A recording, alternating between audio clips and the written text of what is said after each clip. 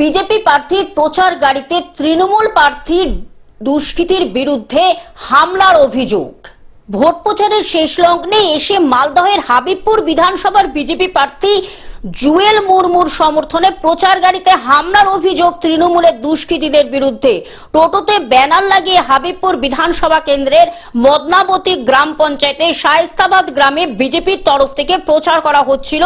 ঠিক ওই সময় শাসক দলের গুন্ডা বাহিনী হঠাৎ করে প্রচার থামিয়ে দিয়ে টোটোতে লাগানো বিজেপির ব্যানার ফেস্টুন ছিঁড়ে দেয় বলে অভিযোগ। তো আমি এটা দিয়ে যাচ্ছিলাম, তো দুটো ছেলে আসে, আমি চিনি না। কোথায় এটা কি হয়েছে? এটা হয়তো প্রচার করছিলাম, জুয়েল মুরুর প্রচারে। তো দুটো ছেলে আসে, আমাকে চিনি না, ধরলো, ধরে না এরকম করে পুরো ব্যানার টানা ছিঁড়ে দিল। ছিঁড়ে টেরে দেওয়া বলছে, তুই কাকে ডাক দিবি ডেকে নিয়ে আয়। কেন তুমি দুই ছেলেটাকে চেনো? দুটো ছেলেকে আমি ওদেরকে চিনি না।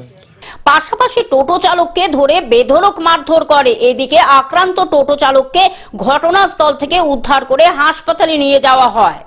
বর্তমানে জখম ওই টোটো চালক হাসপাতালে চিকিৎসাধীন রয়েছেন। তৃণমূলের দুষ্কৃতী তারা আচমকা ভাবে তারা আমাদের টোটো ট্রাভেলার উপর আক্রমণ করে এবং সেখানে আমাদের যে টোটো ড্রাইভার ছিল সেখানে তাকে বিভিন্নভাবে আঘাত করে। এবং এটা আমি বলতে চাই যে আজকে বর্তমান গোটা পশ্চিমবঙ্গের জনসাধারণ জেগে গেছে।